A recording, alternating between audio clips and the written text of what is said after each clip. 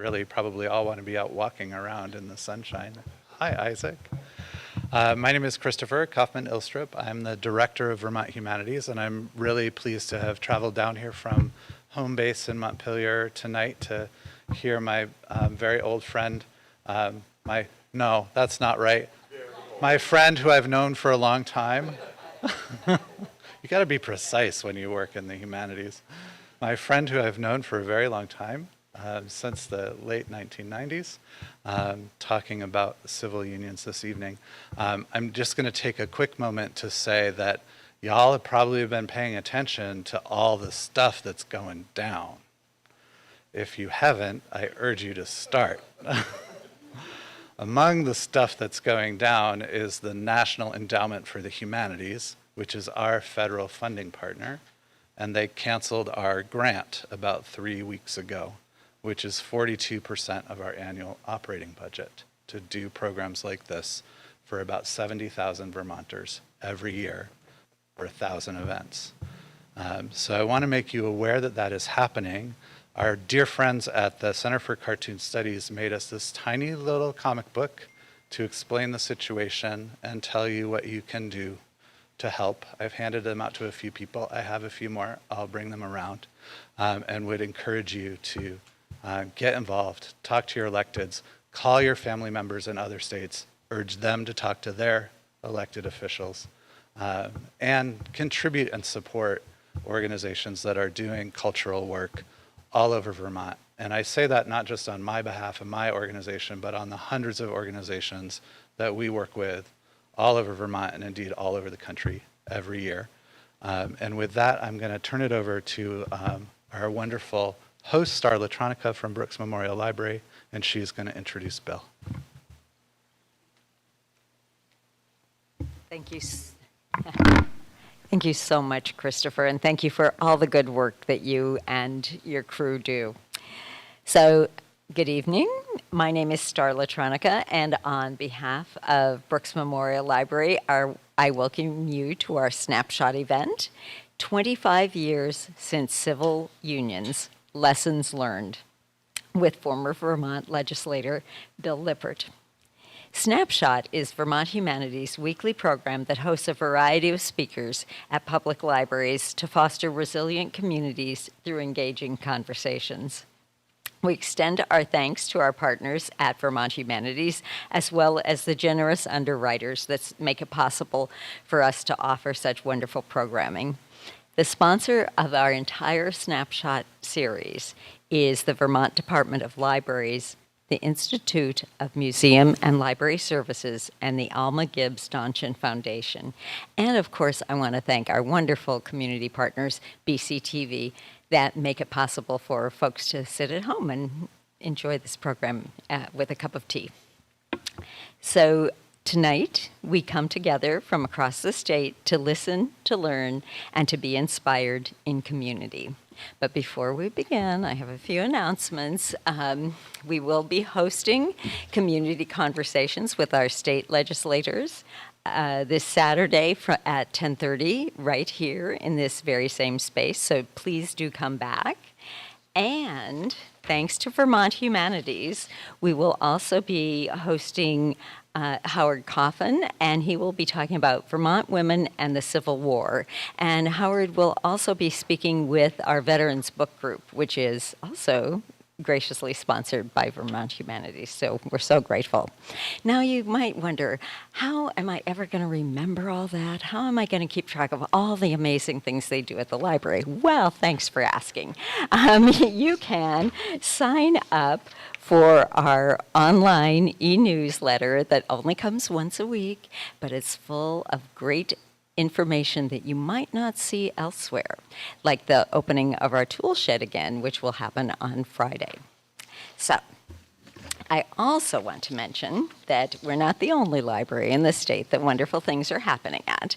And the next Snapshot event, Louise Gluck, Vermont's Nobel laureate, with professor and poet Elizabeth Powell, will be hosted by the Junction Arts and Media at 6 p.m. next Wednesday, May 7th. So if you don't want to trek all the way to another library, again, you can watch it live streamed.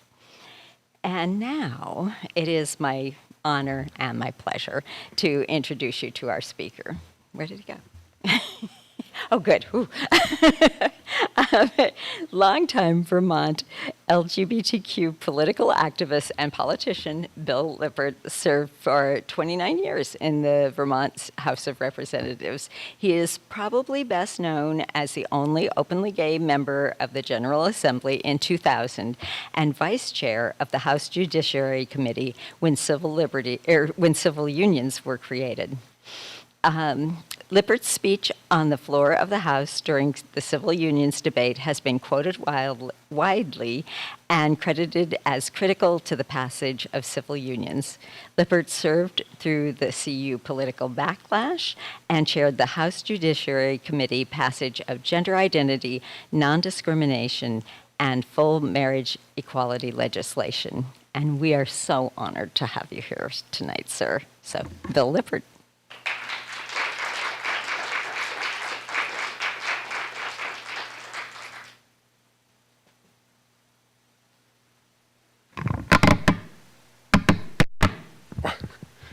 Tell me if this is, does that work for sound people and for the audience?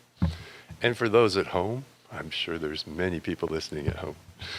Okay, well, thank you. And let me start by thanking those who make it possible to be here. Vermont Humanities, Christopher and Jacob, who's over off to the side, the Brooks Library, and CCTV. Did I get it right? No, I got it wrong. That's up north. B is in Brattleboro, right? Well, thank you. And thank you for offering sign language interpretation as well. Well, 25 years ago, it seems like a long time. And at the same time, it seems for some of us like it was not that long ago. That, at least for myself, when I start to tell the stories, and there are so many stories to tell about what happened when in the creation of civil unions, in the arc of Vermont creating civil unions, the backlash against civil unions, eventually bringing full marriage equality to Vermont in 2009, when I had the honor of chairing the committee when we did full marriage equality, to the Obergefell decision in 2015, where marriage equality was brought to the entire country, to today, when we are faced with some unknowns. But I want to tell you stories that start at the beginning, because I think it's really important for us to know our stories and to share our stories. In part, because I think there are some lessons to be learned. In part, because some of the stories are inspirational. Some of the stories still touch my heart today. I can find myself, as I'm sharing some of my experiences from back then, tearing up, to be honest. Because there was incredible moral courage. There was incredible personal courage, political courage that was demonstrated in the year 2000. And I want to tell you about some of those stories because it really matters.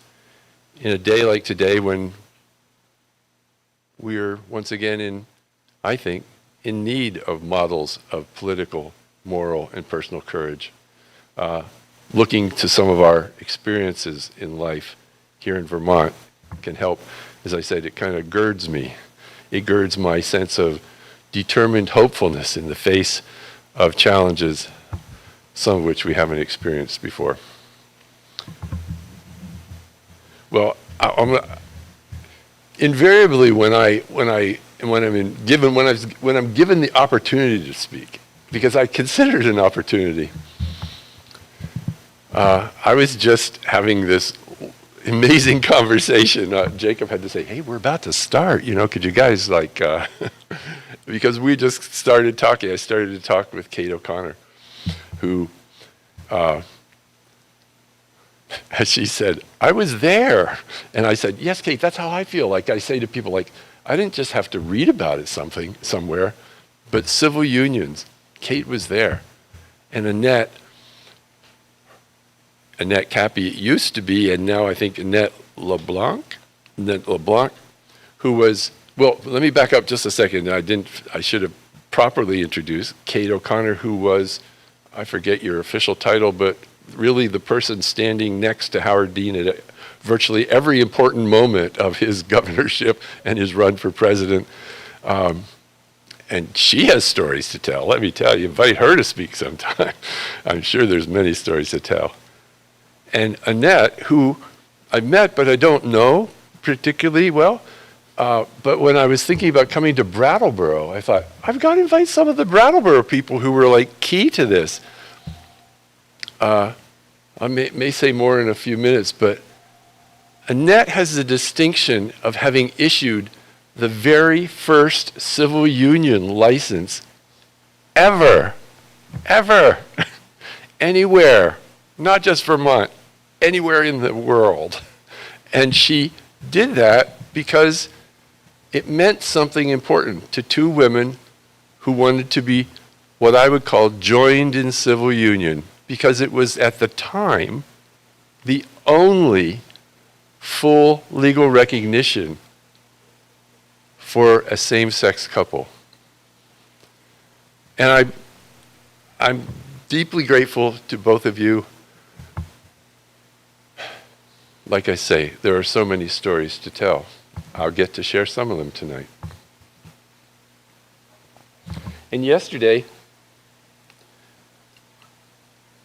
I had the unexpected opportunity to speak with David Goodman. Some of you may know the name David Goodman. He has a podcast called Vermont Conversation. He's written books with his sister Amy Goodman, who's has national exposure as well. But I'll tell you that, so David got in touch with me and said, hey Bill, would you do a 30-minute interview for Vermont Conversation tomorrow? And I was like, sure, I can do that. And part of it was because David was there. He was there observing, reporting. I was there on March 15th, 2000, on the floor of the House of Representatives here in Vermont, where I was a member of the House Judiciary Committee who had created the civil unions legislation. And I brought some pictures. Sorry, God, keep the mic going here. Anyway, I brought on this table and back there, we actually, to be quite honest, we secretly, actually one of the members said, we're going to take a picture of ourselves together because we think this is historic. Other people may be upset with us, other people may be pleased, but we think it's important. So Judy Livingston, one of our members, hired a photographer and said, let's go sneak into the lieutenant governor's office. We're not going to tell anybody we're doing it, and we're going to have a photograph taken of our committee. I think this may be the first public sharing of these photographs since we had them taken 25 years ago. We share them amongst ourselves. I think it's okay.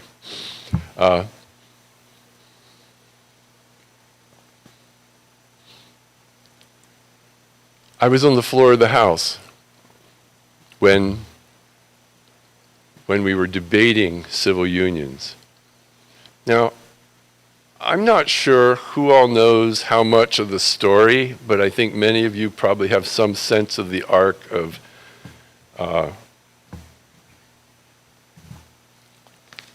six courageous Vermonters applied for marriage licenses because two courageous Vermont attorneys, Beth Robinson and Susan Murray, and their equally courageous partner from Boston, help me, Mary Bonato. Suddenly, it's age. The names just kind of go out of the brain some days. With Mary Bonato, the litigants applied for marriage licenses because their relationships were deep caring, loving relationships, and they deserved the same benefits of marriage that heterosexual couples could get. They, of course, were denied. It went to the Vermont Supreme Court, and the Baker decision was issued by the Vermont Supreme Court, which said all the rights, privileges, and responsibilities of the marriage statutes belong to same-sex couples in Vermont under the Common Benefits Clause of the Vermont Constitution. But surprise, we're going to leave it up to the legislature to decide whether the marriage statute should get opened fully or whether some as yet undetermined legal alternative might be possible to meet the constitutional demand that the Vermont Supreme Court had just issued. That was, I think it was December 20th when the Baker decision came down. The legislature convenes in January. I was now the only openly gay member of the Vermont General Assembly. And Beth Robinson had promised, Bill, you and your colleagues will never have to vote on gay marriage. That's what it was called back then, gay marriage. Not to worry. Many of my colleagues would approach me and go, Bill, I mean, it's hard to explain how controversial it was back then. States were passing constitutional amendments against gay marriage. The Defense of Marriage Act was being passed at the national level. People were really worked up about all this. And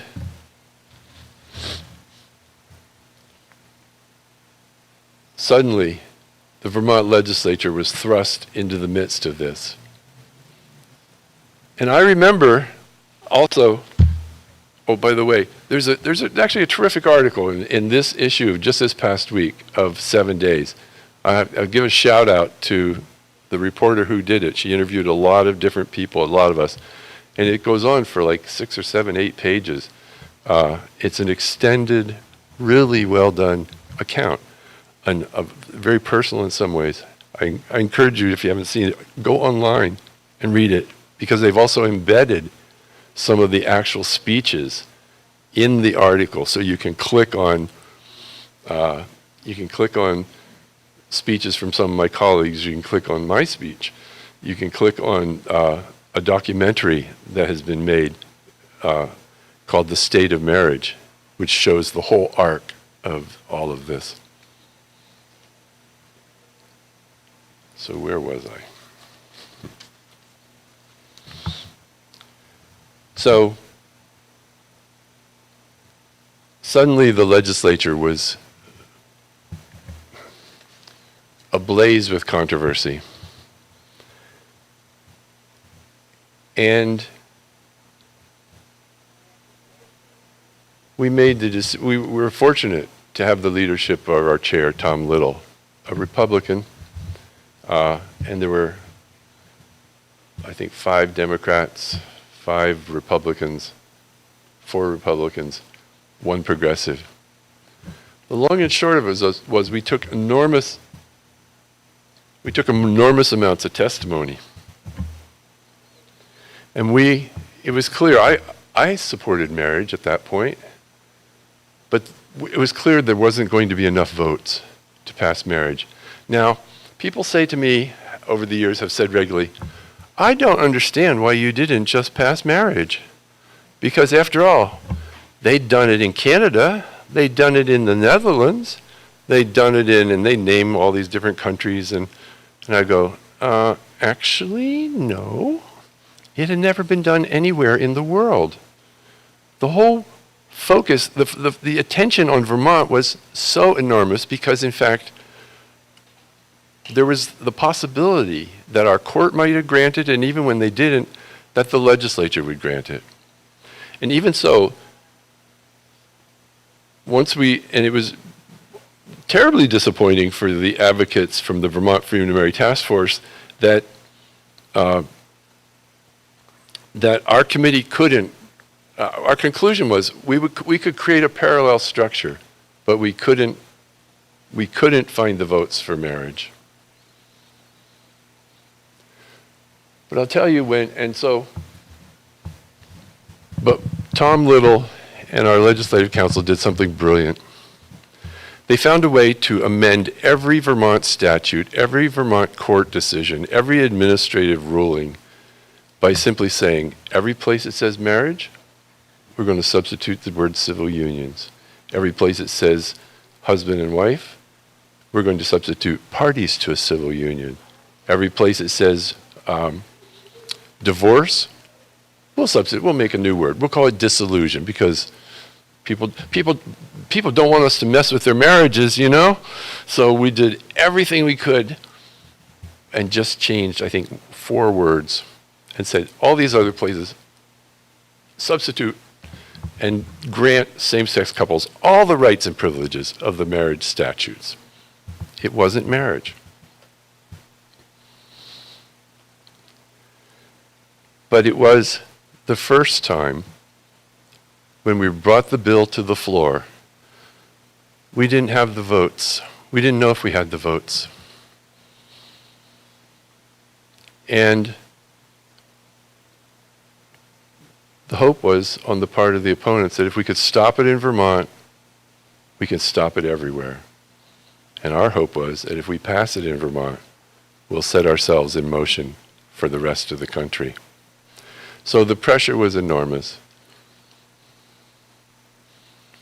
And I want to just say that I consider it a blessing that I had the opportunity to rise on the floor of the House chamber on March 15th after about 8 hours of debate on the House floor, where I heard some of the things said, and I said to my spouse, Enrique, that I considered quoting some of the horrific things that were said, and he said, no, they don't need to hear that anymore. No one needs to hear that.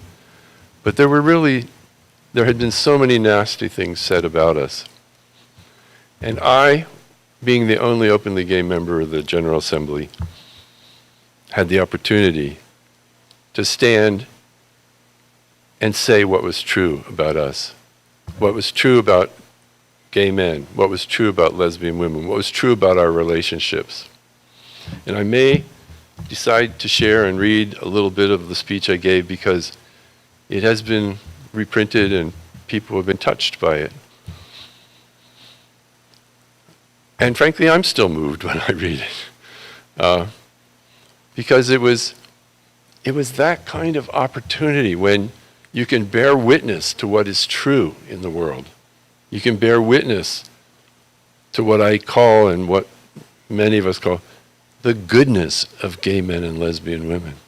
The deep, loving, committed relationships that we have that truly deserved everything that could be given in terms of rights and responsibilities.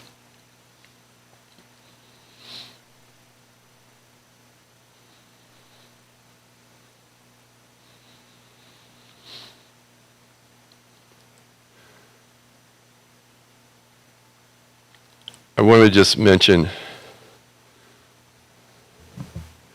oh, by the way, we won. We won. It was a close vote. We didn't know if we had the votes, but when we were done, we had won. And I have to say that when the chair of the committee came over to me and leaned over and said, Bill, it's time to talk. We need to hear from you. You need to speak. Because I knew, he knew, that there was something that I could bring to the debate that no one else on the House floor could, because I was the only openly gay member of the General Assembly. And so I spoke from my heart.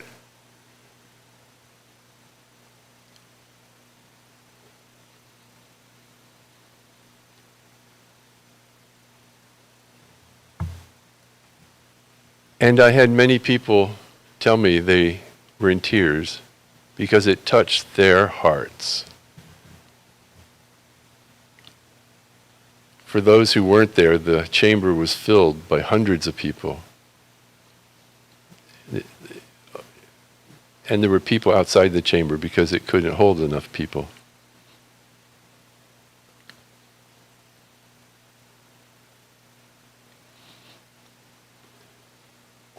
And I think what I want you to take from this is not so much what a fabulous job I did, although I'm proud. I've come to claim my role.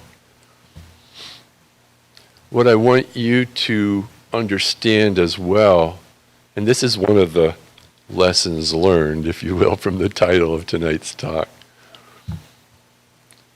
One of the lessons learned is that when there is a group of people who are marginalized or under attack, it's really important to have someone from that group who's at the table, not just having someone talk about who it is, but to have someone, in this case it was me, at the table.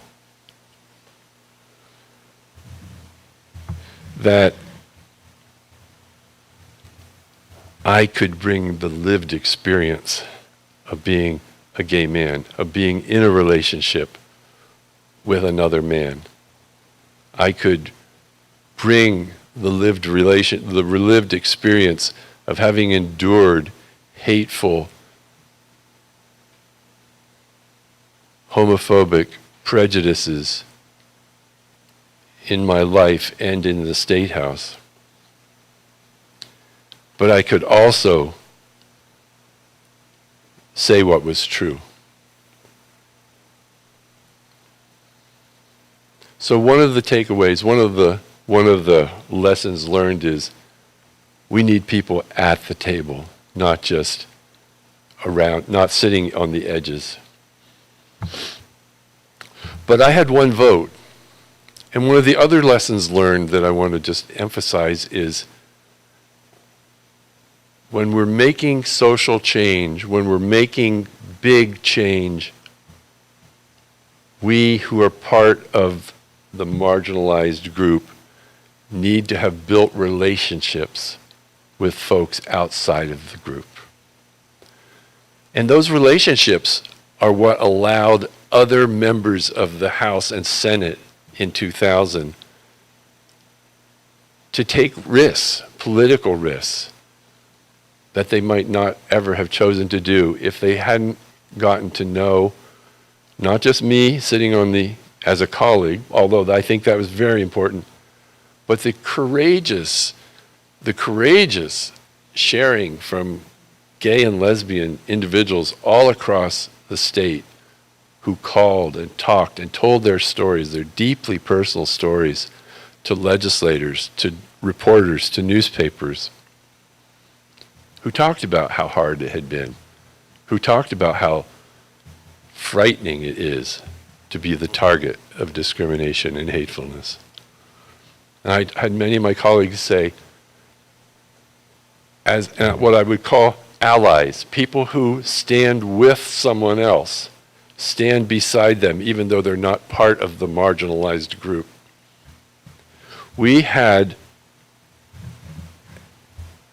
amazing allies.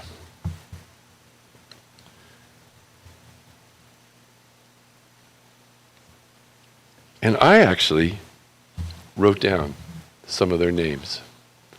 Because in fact, when the election came around in the fall of 2000, many of those legislators were defeated.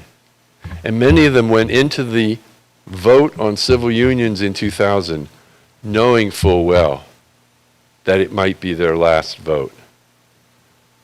And there's a quotation from, I'm going to paraphrase it, but on the table over there, I have framed, and it sits on a bookcase in our living room, a quotation from Representative Marion Milne from Washington, Republican. She had just been named, I think, Woman of the Year, Woman Legislator of the Year earlier in the session.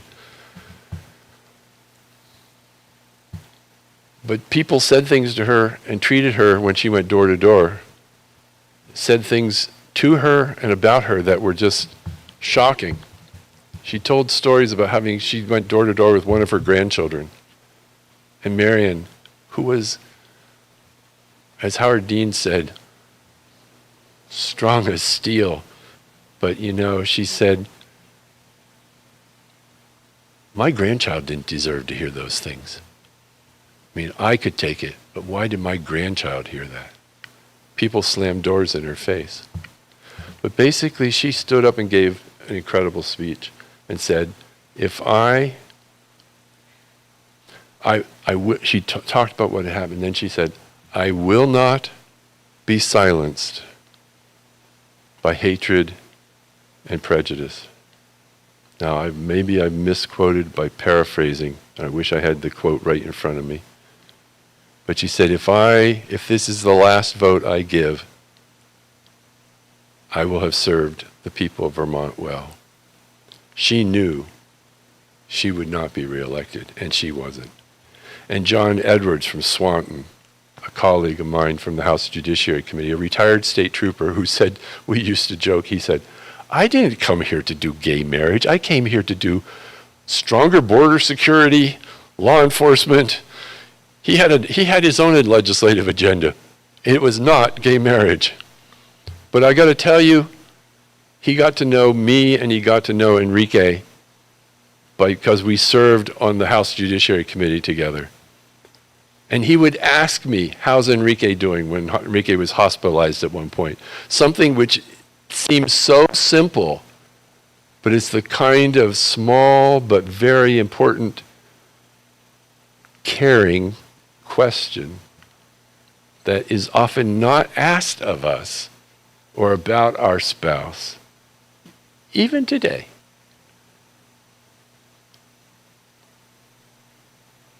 And he knew he would not be reelected if he voted for this. And he talks about it in that article. He talks about it in the movie, State of Marriage. He's a friend of ours to this day. And both Marion Milne and John Edwards said to me on numbers of occasions, I have never one day regretted my vote for civil unions, ever. And I just want to read the names of legislators who voted for civil unions and were defeated, because they are my heroes. They're heroes also those who voted for civil unions and got reelected, so I could read a really long list, but I won't. But Joyce Barbieri of Wallingford, Diane Carmoli of Rutland City, John Edwards of Swanton, Ann Ginnivan of Middlebury, Bob Kinsey of Craftsbury, former Republican leader of the House, Jerry Kreitzer of Rutland City, Richard Mallory of Brookfield, Dick Mallory, former congressman for Vermont, Mary Mazzarello of Rutland City, who stood on the House floor and for the first time ever publicly during the debate on civil unions said, I've never said this publicly before, but my two lesbian daughters. And for that phrase to come through her lips was a huge, huge step for her. But my two lesbian daughters deserve this as much as anyone. Marion Milne of Washington, Al Perry of Richford, the captain of a submarine in the Navy, who did not come to the State House to vote for gay marriage, but did and was defeated. Barbara Postman of Brownington, Al Stevens of Newbury, Alan Weiss of Northfield, Bill Wiesel of Bristol, and Bill Fife of Newport City, who stayed on the floor of the House for the first roll call, despite the fact that his wife was in the hospital and he was supposed to go to the hospital. Peter Brownell of Chittenden County got defeated as a senator, and Mark McDonald, a social studies teacher in the Senate from Orange County, who people said, Mark, we have enough votes, we don't need your vote. You can vote no. Until people started asking him, what will you tell your students when you go back to your social studies class? And he said, I couldn't go back to my students and tell them, I voted against my conscience because I wanted to get reelected, not because it was the right thing to do. These people deserve to be remembered as heroes.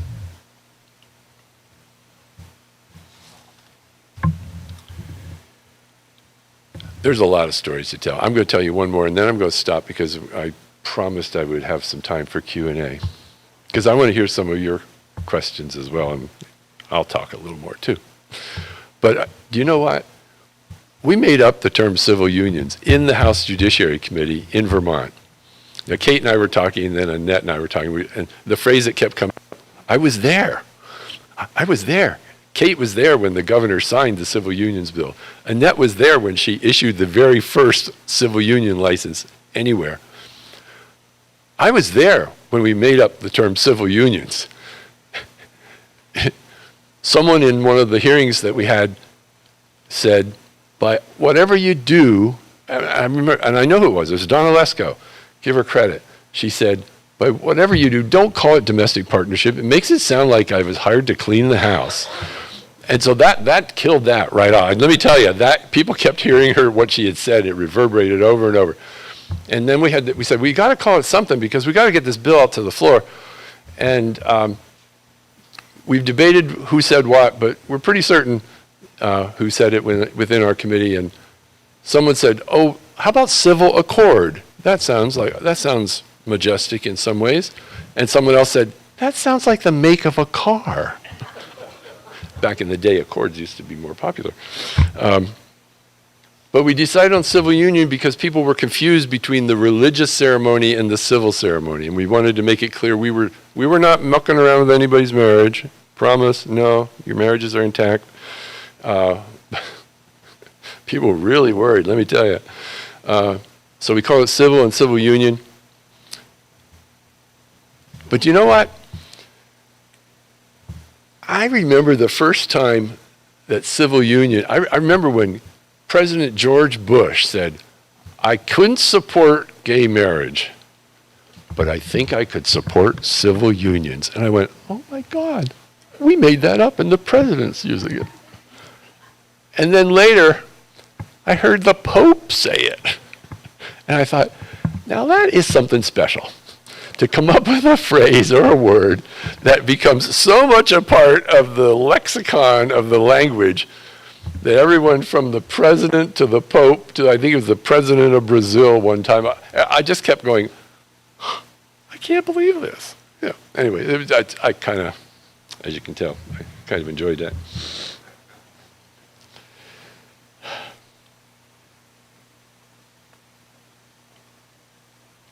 Well, oh, I got to tell you this one more story. Enrique said to me, what is this? It's These Green Mountains. It's the state song now. So guess what was going on in the committee room right next to where we were doing civil unions, trying to address the Baker decision.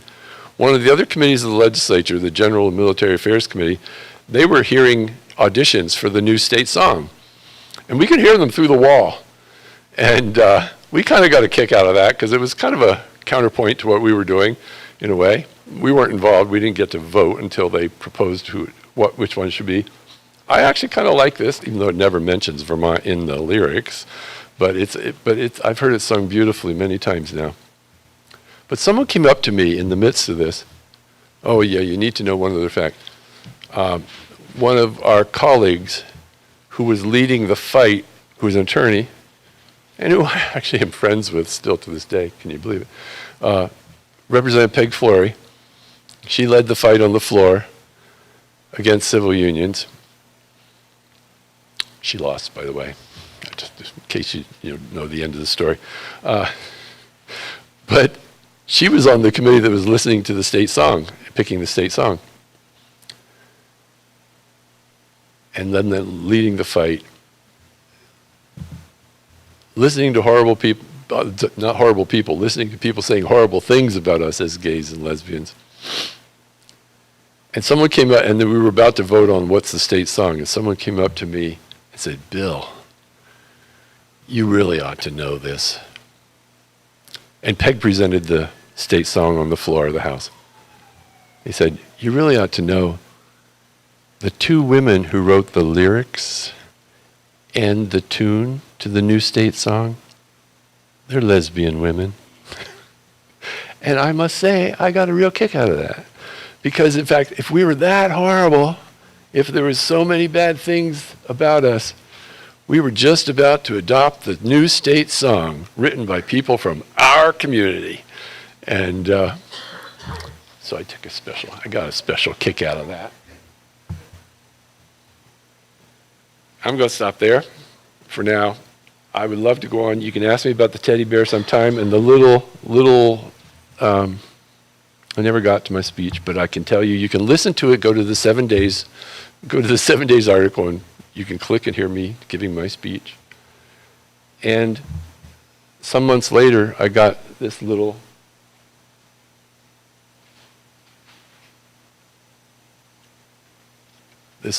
piece of artwork came in a box in the mail to me with a little note that said, Representative Lippert,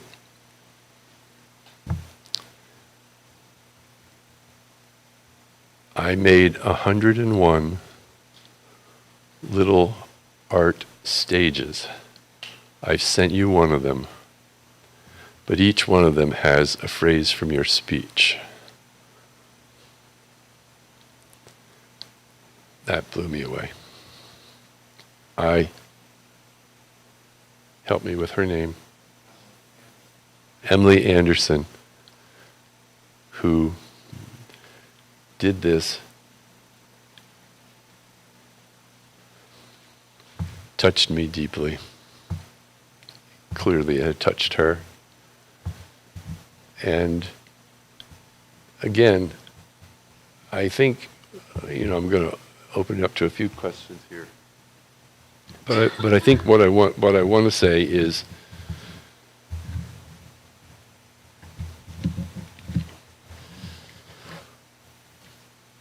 we have the opportunity, when given the opportunity, take the opportunity to speak the truth. Take the opportunity to speak what's true about the people you know and love. In this case, it was a blessing that I had, that I was given the opportunity to stand and share what was true about my people, the gay and lesbian community. And it's especially important for us to do that, someone said to me, because trans people are part of the LGBTQ, and they are being viciously attacked in this day and age in a way that somehow we've gotten a little more of a acceptance. But our trans family members have every reason to be terrified right now. It's the same type of terrorizing. It's the same type of hatefulness. And what someone said recently in a meeting I was at where someone spoke, who was themselves trans, said, see if I can get this right. What trans people need now more than anything from us is love, not rights.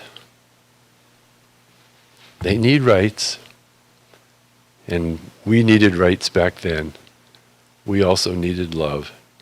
And today, it's our turn to stand up for our family members who are trying to live their lives with integrity and honesty. And I would just encourage us to hold our trans family members in our hearts. So with that, I'm going to stop and then entertain some more questions. Thank you.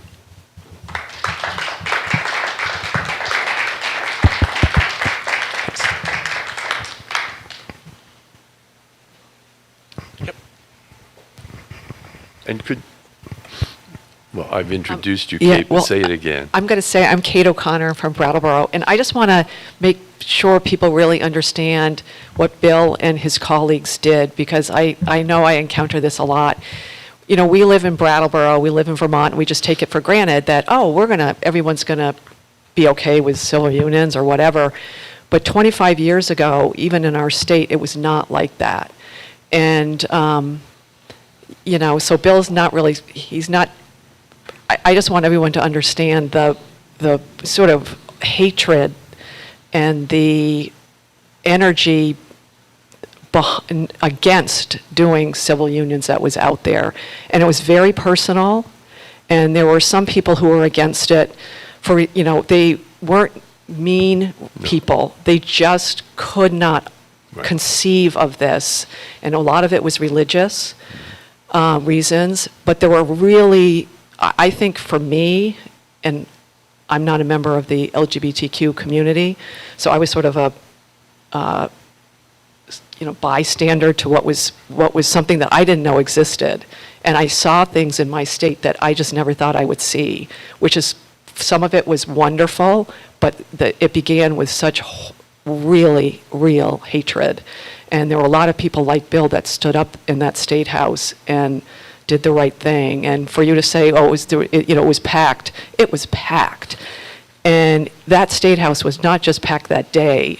It was from the first day that the legislature went into session that year. So it's really, I'd always like to say to people, you think we live in a state where we're progressive, we're liberal, we're accepting, but I've never experienced something like that, and I know, but people that are in the minority, have. And so I think it was an eye-opener for all of us. But I want to elevate what Bill and his colleagues did, because it wasn't easy by any means. And I'm really glad as a state we've sort of come around to, and we had the whole Take Back Vermont campaign that occurred, but I think it's, what you said at the end, we need to love people, and just remember it's so easy for people not to. So I just want to thank Bill and just make sure everybody understands really what it was like in Vermont 25 years ago. Thank you, Kate. Well, first of all, thank you very much for everything you've done, and everyone else. I remember... Can you hold the mic closer? Can you hear me? Yeah. Yeah. That's a little I better. remember when Cambridge, Massachusetts was going through their struggles in getting bills on the floor passed. And I was a youngster then, but I was part of that kind of group. And I didn't do anything in particular, but I was sort of a wallflower.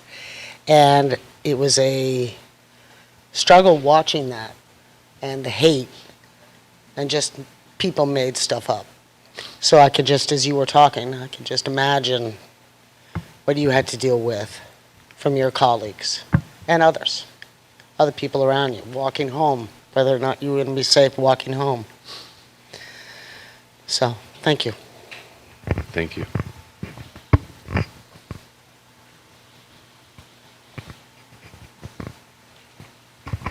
This is a fan letter to you 25 years later. I meant to write it at the time. I composed it, but like so many letters that I intend to write and mail, it never happened. And so when I saw that you were coming to Brattleboro, I thought, okay, it's time to deliver this, because you and your colleagues and those efforts have made our state so much better. And so, thanks. I'd love to know who the fan letter's from. Will you share your name? Is that okay? Oh, Holly Bowen. Thank you, Holly. Letter received. Letter deeply received, gratefully received.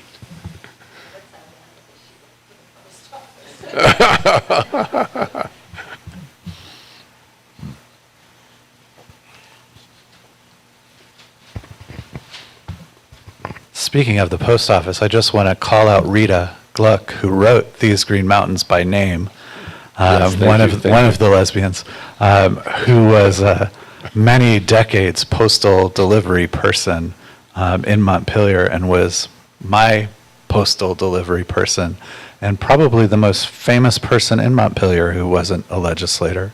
Everybody knows and loves Rita and her family. So I wanted to just give her that moment and say, queer people have done so much for Vermont in so many ways, whether it's delivering your mail and saying hi and being friendly, or standing up on the floor of the House and being incredibly courageous. Living your truth comes in all kinds of different ways. It does.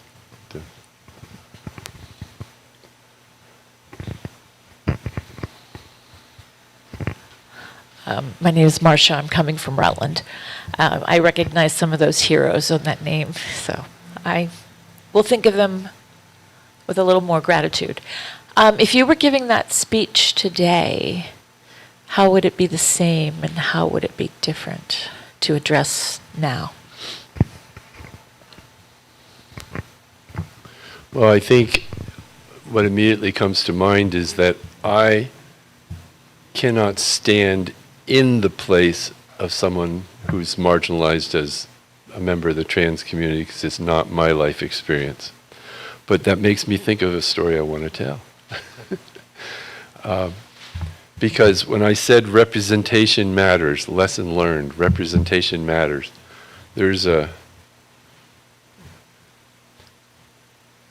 I have the good fortune to have met, I don't know well, but a trans legislator was elected in Montana, Zoe Zephyr. And some of the most horrific bills are being introduced across the country to make parents of trans children be investigated as child abusers, making it illegal for trans people to use any restroom anywhere in a whole state if it's not the restroom aligned with their birth gender. Think about that for a minute. Not just in one place or another. Zoe Zephyr got elected in Montana as an out trans legislator.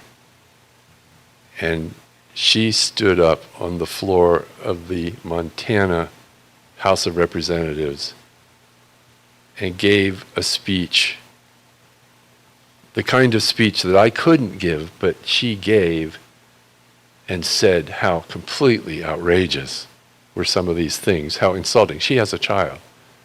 I'm just trying to be a good mother. I'm trying to raise my child, and you're throwing all these things at me and in my way. And she was compelling because it was personal, because it was deeply meaningful. And 12 Republican legislators in Montana joined with her and voted no and defeated some of these anti-trans bills in the House of Representatives in Montana. Those are the kind of victories we need to know about. Those are the kind of victories we need to remember. And so my speech would be maybe similar, more akin to what I was trying to share with you tonight. It's time for us. It's time for me to be an ally to trans people. It's time for us to be allies to people of color. It's time for us to be allies around the rampant racism that's being given permission all across this country by saying, get rid of DEI. In some ways, it's like another code word for racism.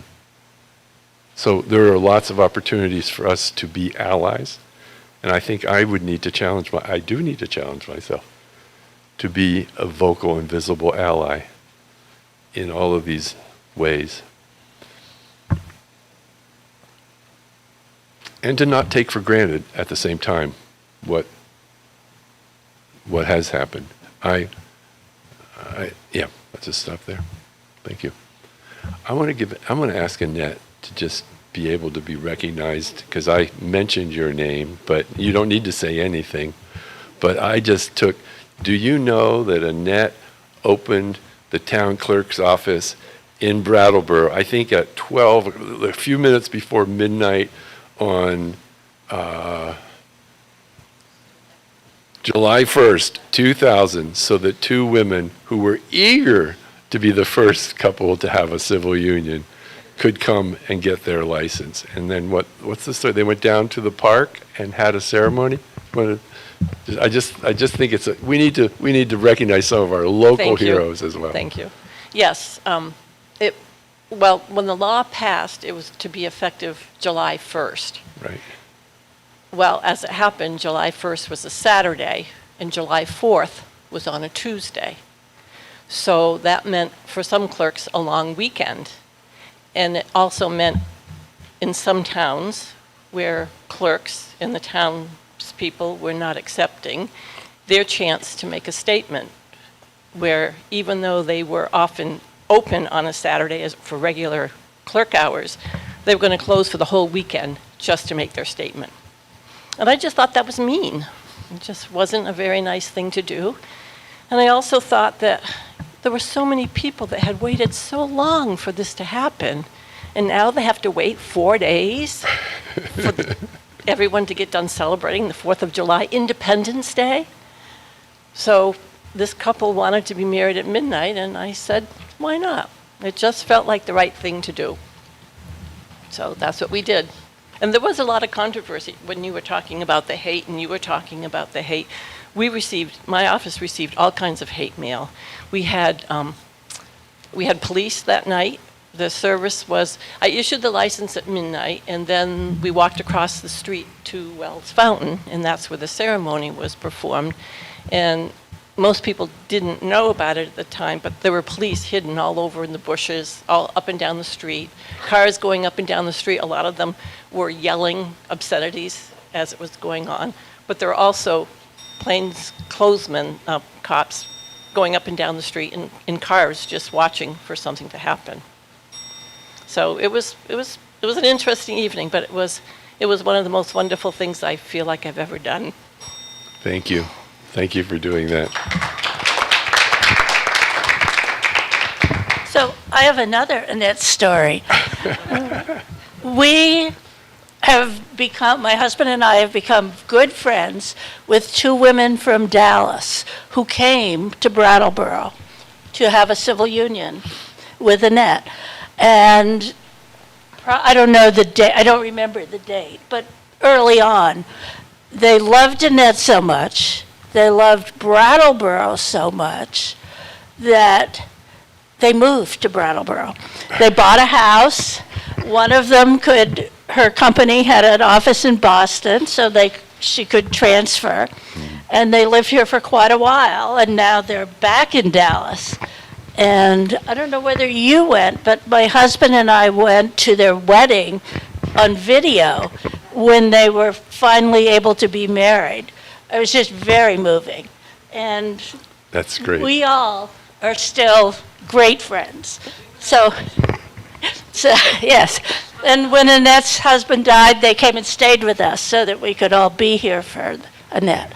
So there's all kinds of ramifications. Yeah, and I encourage us to tell the stories to each other. Tell stories to your family, to your friends. And I have one last thing I want to say before I finish, but go ahead, Annette. Well, I just have one story I'd like to share. It was 2 women that had come from Florida, of all places. And they were the greatest couple, just like so many of the other couples that we met and that we never would have had a chance to know had it not been for this. And they were, as we're issuing the license, they were just chatting away and saying, you know, this is just so wonderful, and people don't realize we're everywhere. We're your kids' teachers, we're your doctors, we're your nurses, we're your garbage men picking up. We're just like everyone else. The only thing different about us is sex, and that's all people can vote, can see about us. But you know, again, we're just like everyone else. Who the heck has time? and it was just all of these wonderful couples that meant so much. And they're right. They were everywhere, as they said. And to come full circle, when I retired, at the select board meeting, the town manager asked if I would come because they wanted to say a few words upon my retirement and all that. And they did bring up this issue. And my daughter had come with me, and I'm going to cry because I cry all the time. My grandson had come with me too. And as they're talking about the civil unions, he was about 15. He wasn't born when all of this had happened. He reached over and he held my hand and he kissed my cheek and he said, "Thank you for all you've done for people like me, and you didn't even know me at the time."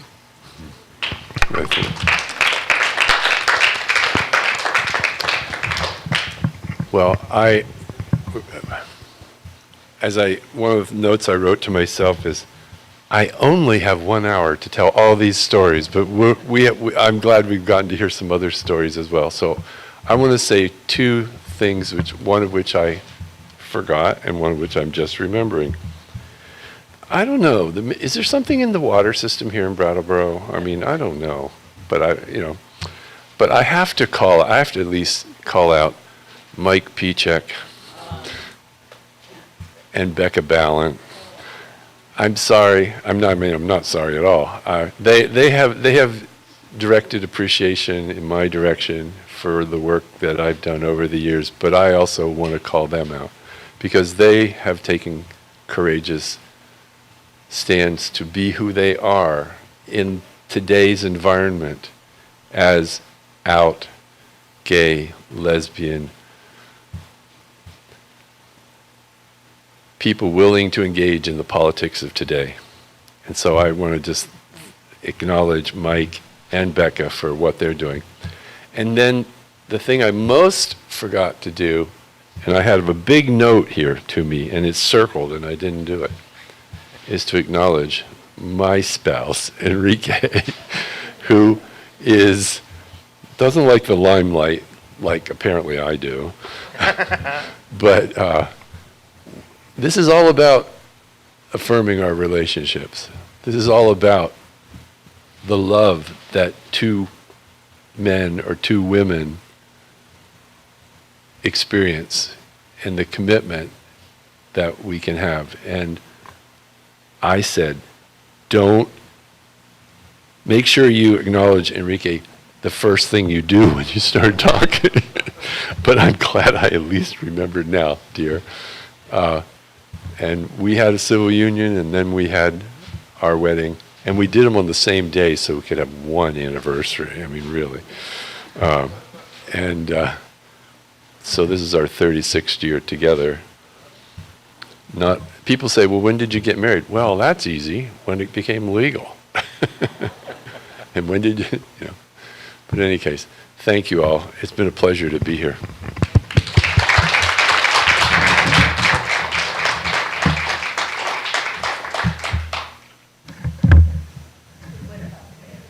Oh, the bear. Okay, I will. Can I tell you one other? So we passed civil unions. The sad part is that we lost our majority in the House because of all those folks getting defeated. So suddenly in 2000, anyway, the next legislative session, and for 2 legislative sessions, we were in an anti-civil union House dominated by people who ran for election in order to repeal civil unions. It was pretty nasty. They actually held meetings in the State House where they bring in a speaker to say, yeah, thank you, Enrique, where they bring in a speaker to say how immoral and awful we are. But and every Tuesday in the House Judiciary Committee was testimony taken strictly about how to repeal civil unions and why it should be repealed. And the majority of the members of the committee who had been appointed had been elected to repeal civil unions. I asked to be on that committee regardless because I wanted to be in the room, as hard as it was. And I sat there, and across the room from me every Tuesday were 2 women, a couple from Putney, who said to me, we just want you to be able to look across the room in the midst of this hateful Tuesday and to see somebody who's pleased with you as a gay man, who's pleased that you're a gay male legislator. And this teddy bear, they sent me something every Tuesday throughout that session. One week it was a teddy bear. Another week it was a box of chocolates. Another week it was a flower arrangement. And they did that consistently for week after week after week.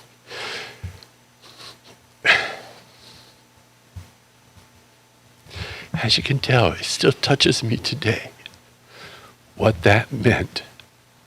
So don't ever underestimate what it means to do a gesture in the direction of somebody who's working hard to do what's right. And so I decided to bring the teddy bear along so I could tell you that story.